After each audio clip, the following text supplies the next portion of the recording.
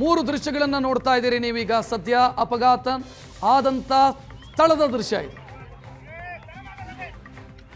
ವಿಮಾನ ಪತನವಾದ ನಂತರ ಬೆಂಕಿ ಹೊತ್ತಿಕೊಂಡು ಉರಿದಿದೆ. ದೃಶ್ಯ ಗಮನಿಸ್ತಾ ಇದ್ರೆ ಆಗಲೇ ಈ ಸುದ್ದಿ ಬ್ರೇಕ್ ಆದ ಕೂಡಲೇ ಆ ವಿಮಾನ ಪತನವಾದಂಥ ಸ್ಥಳದ ದೃಶ್ಯವನ್ನು ನೋಡಿದಾಗಲೇ ಈ ಅಪಘಾತದಲ್ಲಿ ಯಾರೂ ಬದುಕುಳಿದಿರುವಂಥ ಸಾಧ್ಯತೆಗಳು ಕ್ಷೀಣ ಅನ್ನೋ ಅಂದಾಜು ಸಿಗ್ತಾ ಇತ್ತು. ಅದರಂತೆ ಆಗಿದೆ. ಅಜಿತ್ ಪವಾರ್ ಅವರನ್ನು ಉಳಿಸಿಕೊಳ್ಳೋದಕ್ಕೆ ಸಾಧ್ಯ ಆಗಲಿಲ್ಲ. ಸ್ಥಳೀಯ ಮಾಹಿತಿ ಪ್ರಕಾರ ತಕ್ಷಣ ಅವರನ್ನು ಆಸ್ಪತ್ರೆಗೆ ಸಾಗಿಸುವಂಥ ಪ್ರಯತ್ನಗಳಾಯಿತು.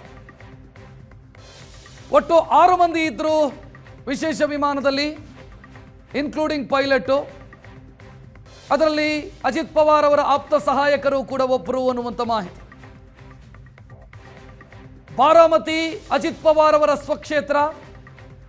ಅಲ್ಲಿ ಕಾರ್ಯಕ್ರಮವೊಂದರಲ್ಲಿ ಭಾಗಿಯಾಗೋದಕ್ಕೆ ಅವರು ಬರ್ತಾ ಇದ್ರು. ನಿನ್ನೆ ರಾತ್ರಿಯೇ ಬರಬೇಕಿತ್ತು.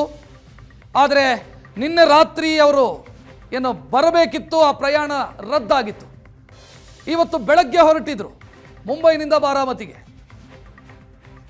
ಪ್ರಾಥಮಿಕ ಮಾಹಿತಿ ಪ್ರಕಾರ ವಿಮಾನದಲ್ಲಿ ತಾಂತ್ರಿಕ ದೋಷ ಕಾಣಿಸಿಕೊಂಡಿದೆ. ಲ್ಯಾಂಡಿಂಗ್ ಮಾಡುವಂಥ ಪ್ರಯತ್ನಗಳಾಗಿದೆ, ತುರ್ತು ಲ್ಯಾಂಡಿಂಗ್ ಮಾಡುವಂಥ ಪ್ರಯತ್ನಗಳಾಗಿದೆ.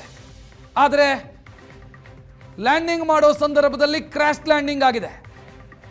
ವಿಮಾನ ಪತನವಾಗಿ ಸಂಪೂರ್ಣವಾಗಿ ಹೊತ್ತಿ ಉರಿದಿದೆ. ಆ ವಿಮಾನದಲ್ಲಿದ್ದಂಥ ಯಾರನ್ನೂ ಕೂಡ ಉಳಿಸಿಕೊಳ್ಳಲಾಗದಂಥ ಸ್ಥಿತಿ ನಿರ್ಮಾಣ ಆಗಿದೆ.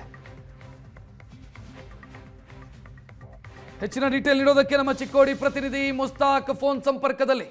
ಮುಸ್ತಾಕ್, ಈಗ ಅಧಿಕೃತವಾಗಿದೆ ಅಜಿತ್ ಪವಾರ್ ಅವರನ್ನ ಉಳಿಸಿಕೊಳ್ಳೋದಕ್ಕೆ ಸಾಧ್ಯ ಆಗಲಿಲ್ಲ ಅಂತ ಸ್ಥಳೀಯರು ಏನು ಡೀಟೇಲ್ ಕೊಡ್ತಾ ಇದ್ದಾರೆ? ಹೆಚ್ಚಿನ ಡೀಟೇಲ್ ಏನು ಕೊಡ್ತೀರಿ ಇದಕ್ಕೆ ಸಂಬಂಧಿಸಿ?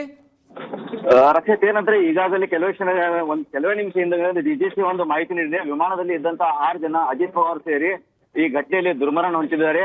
ಈಗಾಗಲೇ ಅಲ್ಲಿ ಜಿಲ್ಲಾಡಳಿತ ಹಾಗೂ ಇದ್ದಂತ ಸ್ಥಳೀಯ ಜನಪ್ರತಿನಿಧಿಗಳು ಭೇಟಿ ನೀಡಿ ಈ ಘಟನೆ ಕುರಿತು ಮಾಹಿತಿಯನ್ನು ಕಲೆ ಹಾಕ್ತಾ ಇದ್ದಾರೆ ಅಂತ ಹೇಳಬಹುದು. ಘಟನಾ ಸ್ಥಳಕ್ಕೆ ಮುಂಬೈಯಿಂದ ಮೇಲಧಿಕಾರಿಗಳಿಗೂ ಸಹ ಹಾಗೂ ಸಿಎಂ ಸಹ ಇಲ್ಲಿ ಬಂದು ಭೇಟಿ ನೀಡುವ ಸಾಧ್ಯತೆ ಇದೆ ಅಂತ ಹೇಳಬಹುದು. ಈಗಾಗಲೇ ಬಾರಾಮತಿ ಏರ್ಪೋರ್ಟ್ ವಿಮಾನದ ಕೆಲವೇ ಅಂತರದಲ್ಲಿ ನಡೆದಂತ ಈ ಘಟನೆಯಲ್ಲಿ 6 ಜನ ಸಜೀವ ದಹನ ಆಗಿದ್ದಾರೆ ಅಂತ ಹೇಳಬಹುದು. ಈಗಾಗಲೇ ಅಲ್ಲಿ ಇದ್ದಂತ ಅಗ್ನಿಶಾಮಕ ಸಿಬ್ಬಂದಿಗಳಿಂದ ಡೆಡ್ ಬಾಡಿಗಳನ್ನು ಹೊರತೆಗೆಯಲು ಹರಸಾಹಸ ನಡೆಸ್ತಾ ಇದ್ದಾರೆ. ಯಾಕಂದ್ರೆ ಬೆಂಕಿ ರಭಸ ಕೆಂಗಾವಲಿಗೆ 6 ದೇಹಗಳು ಸುಟ್ಟು ಕರಕಲಾಗಿವೆ ಅಂತ ಹೇಳಬಹುದು. ರಕ್ಷತ್, ಈ ಘಟನೆಯಲ್ಲಿ ಡಿಜಿಸಿ ಮಾಹಿತಿ ನೀಡಿದೆ. ಮಹಾರಾಷ್ಟ್ರ ಡಿಸಿಎಂ ಈ ಘಟನೆಯಲ್ಲಿ ಮೃತಪಟ್ಟಿದಂತೆ ಈಗಾಗಲೇ ಮಾಹಿತಿ ನೀಡಿದೆ ಅಂತ ಹೇಳ್ಬಹುದು. ಓಕೆ, ಥ್ಯಾಂಕ್ ಯು ಮುಸ್ತಾಕ್ ಮಾಹಿತಿಗೆ.